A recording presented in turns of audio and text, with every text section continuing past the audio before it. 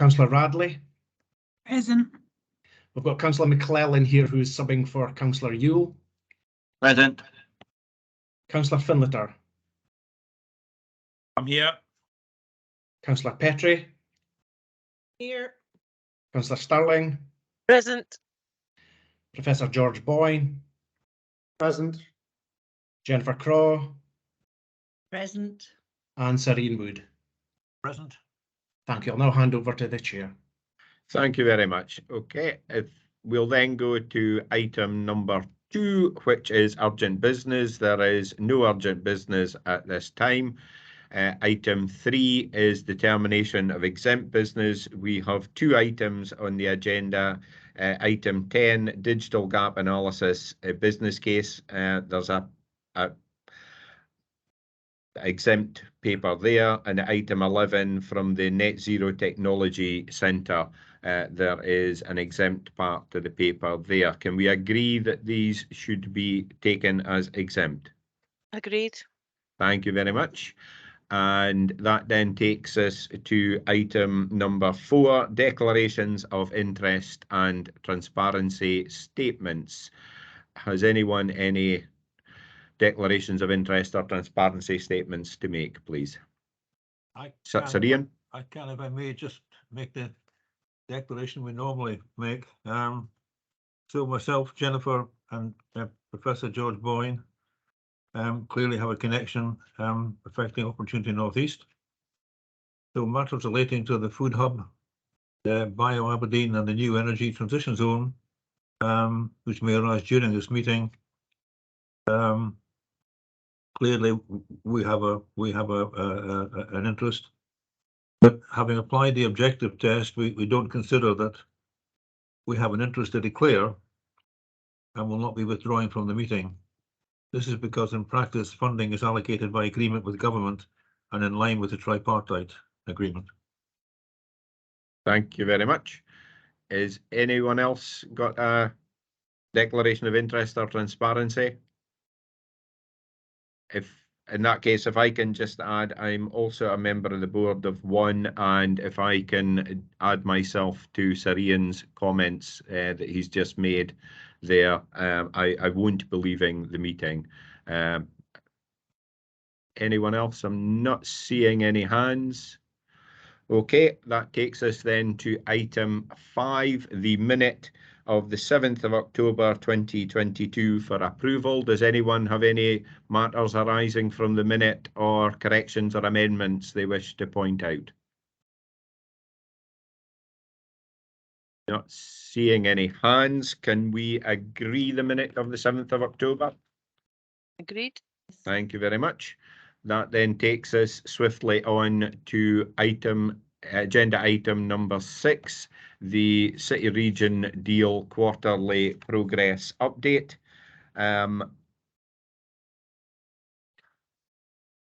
If I could perhaps ask if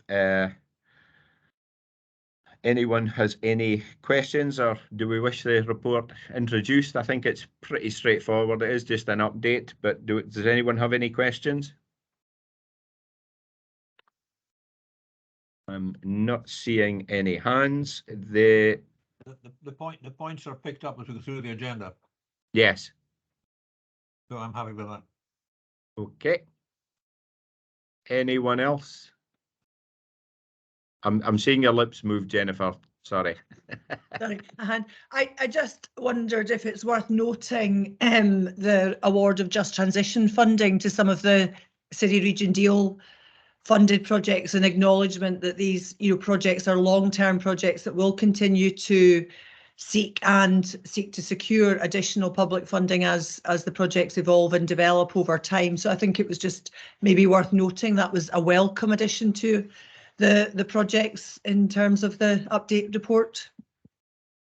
I think that's a very good idea. Is anybody otherwise minded? Okay, with that addition, can we then agree the recommendations? Okay, I'm seeing nodding heads. I'll take that as agreed. Thank you for that, Jennifer.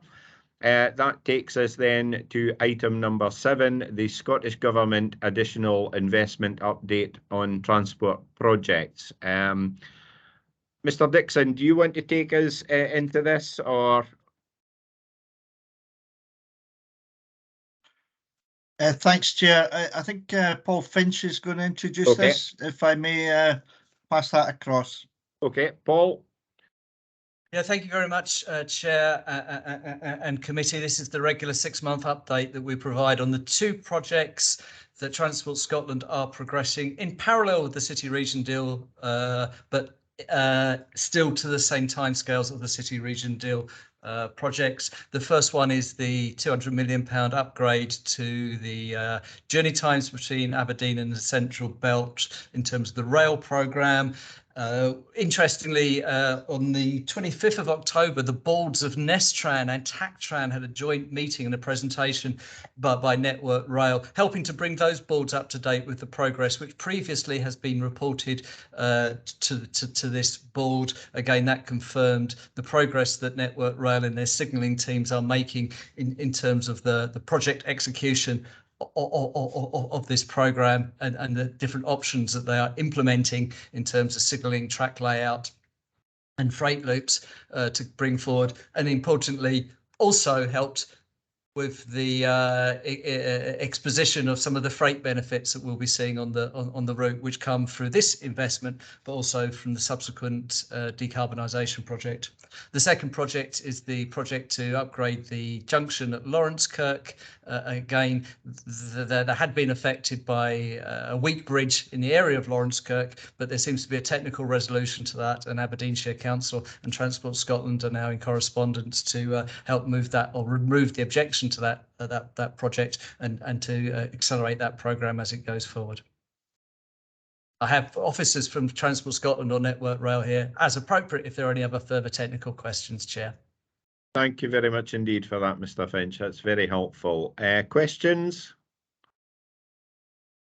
I guess a general question on the 200 million. Are we still talking about the same potential figures of improvement? The latest update from Network Rail has confirmed that they are still sticking to the programme and the objectives that were set out a couple of years ago in terms of those journey time improvements as they go forward. So that's the latest on that one, Sir Ian. The timing of these taking place?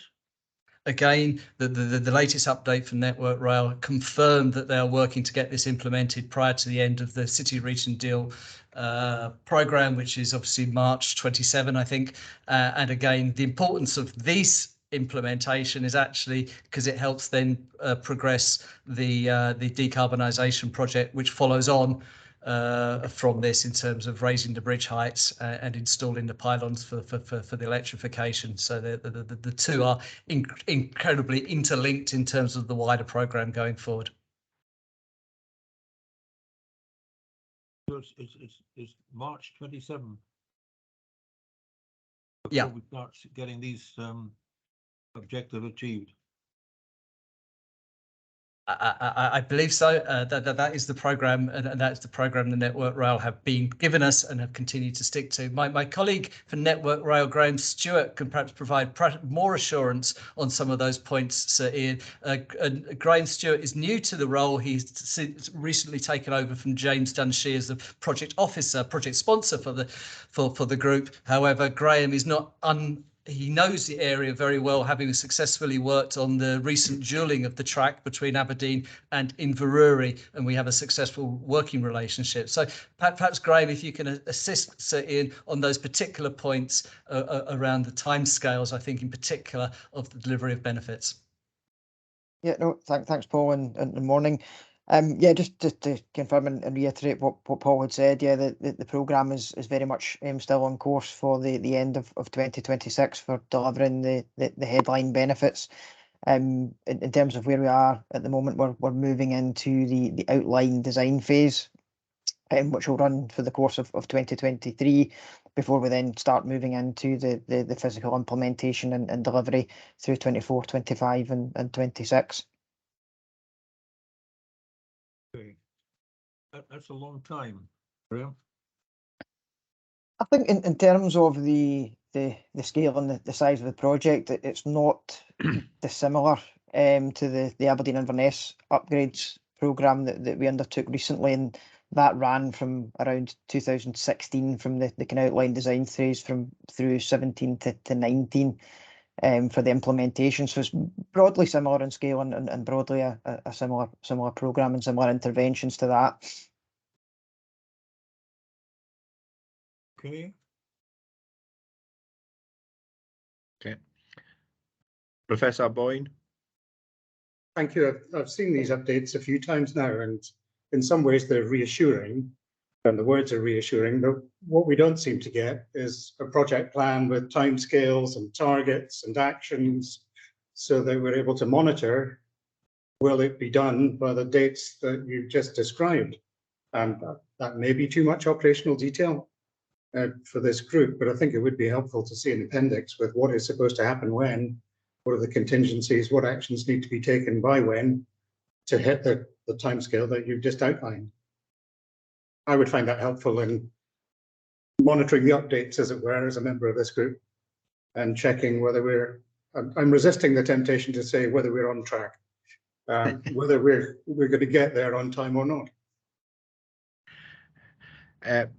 Mr. Finch, do you want to come back on that? I think we have, Sir Ian has certainly flagged it in the past, and so have I, particularly with the South Harbour project. Do you want to come back with? I think Network Rail previously have shared with us an outline timescale previously to this group, and I think we've made some subsequent circulations for that. So with the agreement Network Rail, I'm quite sure that we can agree to provide some of those headline dates and those activities that would be happening as we go forward.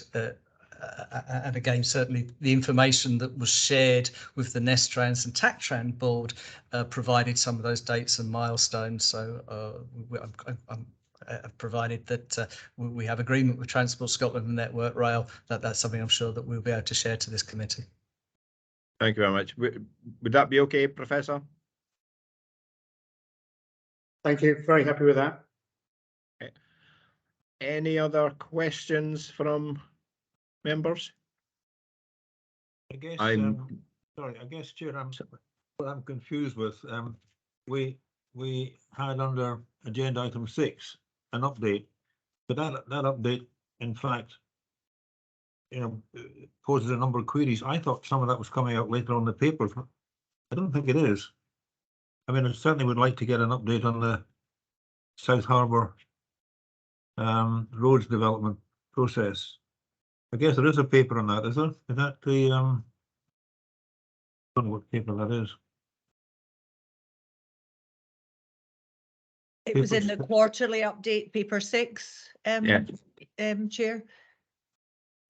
Can I suggest once then we've gone into the item 7, so once we finish this, I'll quite happily go back if members have got questions.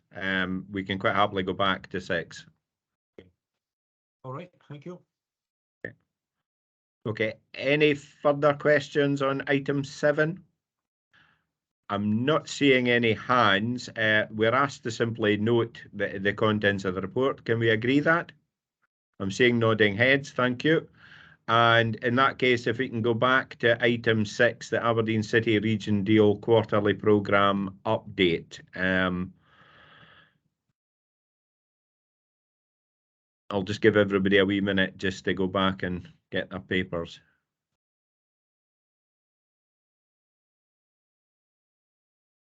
I think if Sir Ian has a question about the South Harbour, I think we should have John Wilson online. Yeah,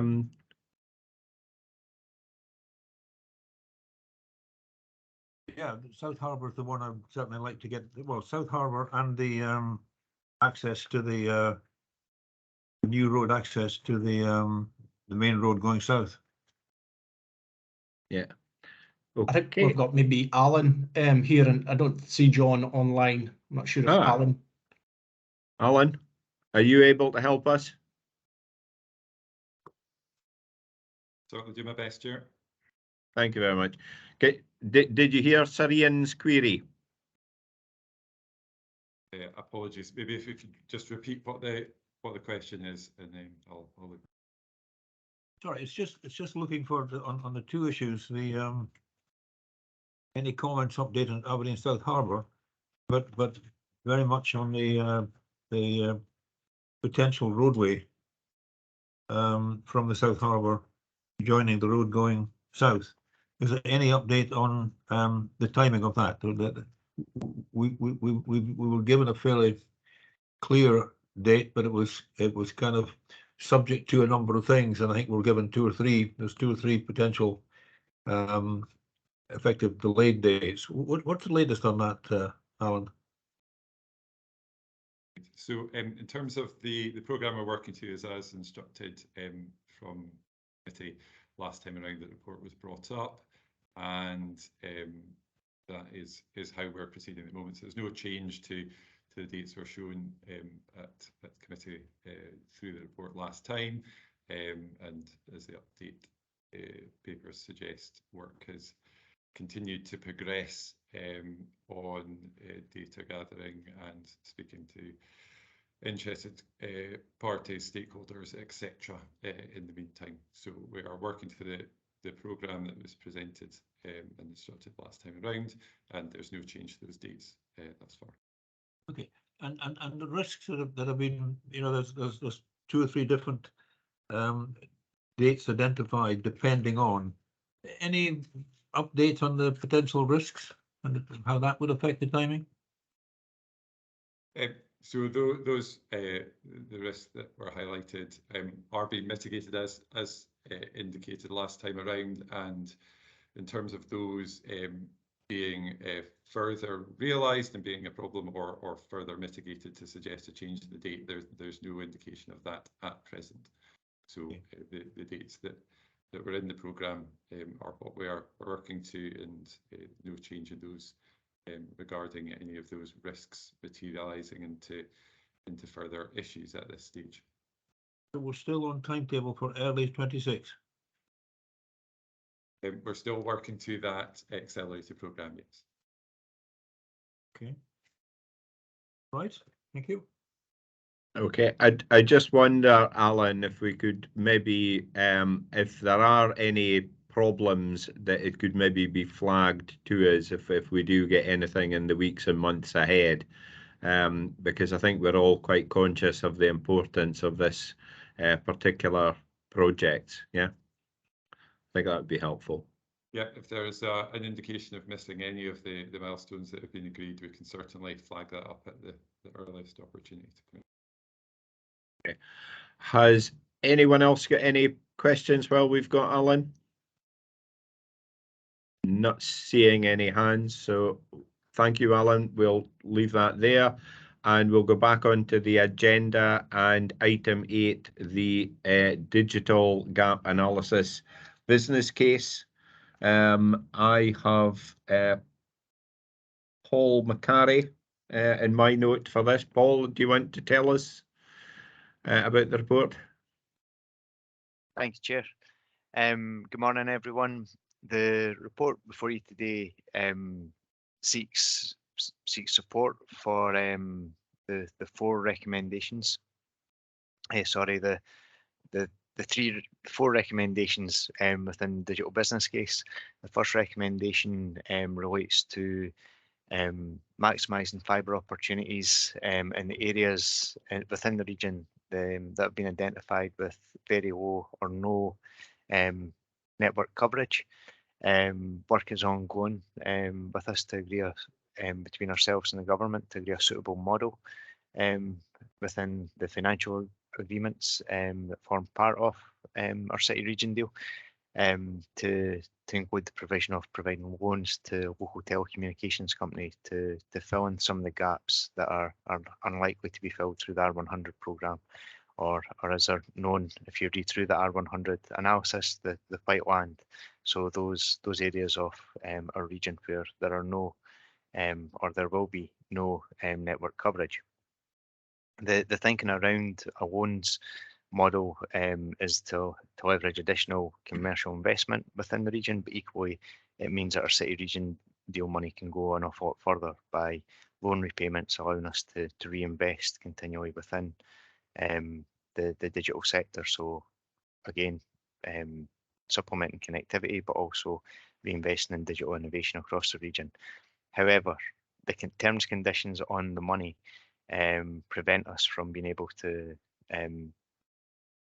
administer loans, so we'd have to work with the Scottish Government to change the terms and conditions on the city region deal money associated with the loans option. And in addition to that, Aberdeenshire Council's financial regulations prevent us from administering loans. So there's an awful lot of innovation required and some collaboration required between ourselves and the government in order to make the loans facility deliverable. And I think what we're really looking for in recommendation 1 of the paper is for joint committee to give us a steer and to agree that we continue to explore that option.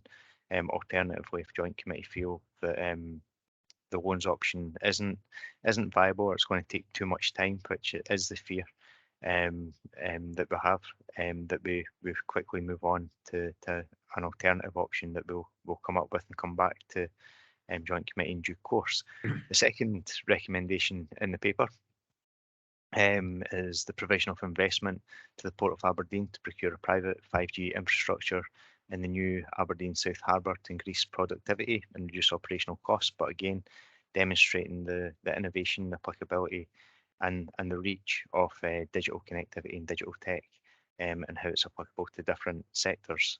So again, very much aligned to the digital theme within our city region deal, but again, kind of pushing the barrier and demonstrating that the wider benefit of connectivity and innovation in Digitech. Recommendation 3 is looking at the provision of investment into agri-tech applications and services in rural Aberdeenshire, and using Huntly as an initial testbed for it. And recommendation 4 is again looking at a testbed for 5G technologies and recognising that we need to invest in equipment to enable us to continue to create that demand for 5G technology, but equally spreading the word, creating understanding of the benefits that technological advances and innovation and how it benefits different sectors. Recognising that the city obviously is the 5G city, it's the gigabit city. So 5G networks are here and businesses are constantly taking advantage and constantly innovating and improving their productivity and their efficiencies, effectiveness. It's recognising that in Aberdeenshire we're slightly behind the curve with regard to the rollout of 5G networks. So this equipment would allow Aberdeenshire-based companies to utilise the facilities that the One Tech Hub provides. But in addition to that, also using that expertise to establish those local 5G networks to demonstrate how 5G technology would enhance their business operations also. That's it in a nutshell, Chair. I'm happy to answer any questions that members may have. Thank you very much for that, Paul. I think that was a very comprehensive nutshell, to be quite honest. Thank you. Questions from members? I'm not seeing any hands. Mark, Councillor Findlater. That was just a quick point, really, Chair, on this one. And I do think we do have to keep continuing to explore, having had a briefing from our small team in Aberdeenshire to the amount of not spots we've got across Aberdeenshire and the amount of our residents that are suffering from even a lack of broadband at all. I think we do have to continue to explore, and your points are well made, Paul, as to the hurdles that you have to jump, but we've got to do something. So thank you, Paul. I have a wee question, Paul, really around the sort of timeline for the deliverability of this, especially when we're looking at loans and we're having to have discussions with two governments. That can rapidly become a longer period than we would like. I wonder really if you can provide us with some assurances in and around that, and at what point do we say this is not an avenue that we will progress any further, because I'm conscious of timelines here. Thank you, Chair. The ambition would be to come back as soon as February with a response to the Joint Committee, given an outcome to the discussions with the governments around how we can make the changes, and equally recognising that we need to speak with the head of finance within Aberdeenshire, who oversees the financials for City Region Deal, to make sure that if we do get agreement from the governments, for example, to administer loans, how we could administer loans, and if we can, as an organisation, Aberdeenshire Council Administer Loans, is a third-party organisation that we can bring in as a partner to do so. So again, there's some hurdles that we need to jump. However, I would say that there are some really successful models already in place. Obviously, we've had great success in the first phase of City Region Deal in the digital work stream using City Fibre, and we've seen how quickly that's been rolled out and how successful it's been in Aberdeen. And right now we're seeing local companies such as Go Fibre delivering the hard infrastructure in the ground along the South Aberdeenshire coast, so Stonehaven, Portlife and such. So good articles in the P&J today about local companies providing connectivity across our region. So we would hope to move as quickly as possible, but certainly February would be the deadline for concluding this. Okay, that's good. Thank you very much for that. Any further questions for item 8? I'm not seeing any hands. There are 3 recommendations, I think, on page 35. Can we agree the recommendations? Agreed. Thank you very much. That then takes us to the end of the public sector. Is it? No, sorry, we've still got page 9, item 9. Apologies. The Net Zero Technology Centre goals and launch of the Technology Services Group. I've got Nicola McIntosh. Nicola, are you online with us? I am. Good morning. Good morning. Do you want to take us through the paper, please? Yes, of course. So there's 2 things that we would like to highlight to the Joint Committee. The first of which is that we have launched the Net Zero Technology Services. This is as part of the NZTC sustainability. So key points to emphasise is that our purpose remains unchanged from the original intent, and in the launch of Net Zero Technology Services, we're offering 2 new solutions. The first of which is technology road mapping, which is where we will work with high producers or high emitters, and we will provide them on proven, emerging and future technologies across a variety of emission reduction options. And the second of which is to provide technology due diligence to potential investors that may be looking to invest in technology solutions, so that we can provide the technological and technology due diligence to these investors that they may not have that expertise themselves.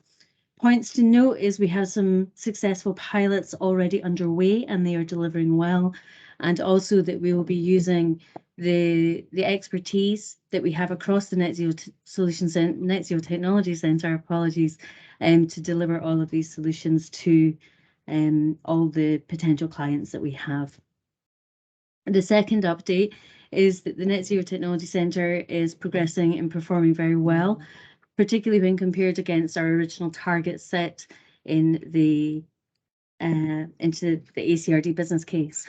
So there are a number of goals which we would like to have updated to show our performance to date, and also the projected performance by the end of 2026. Thank you. Thank you very much for that, Nicola. Questions? I've got Councillor Finlater, first of all. Right, thanks, Chair, on that one. And I just wanted to say I really enjoyed my visit out there, Nicola, and you're so enthusiastic about what you're doing, and I really do get your job satisfaction that you've got in your excellent place that you have there.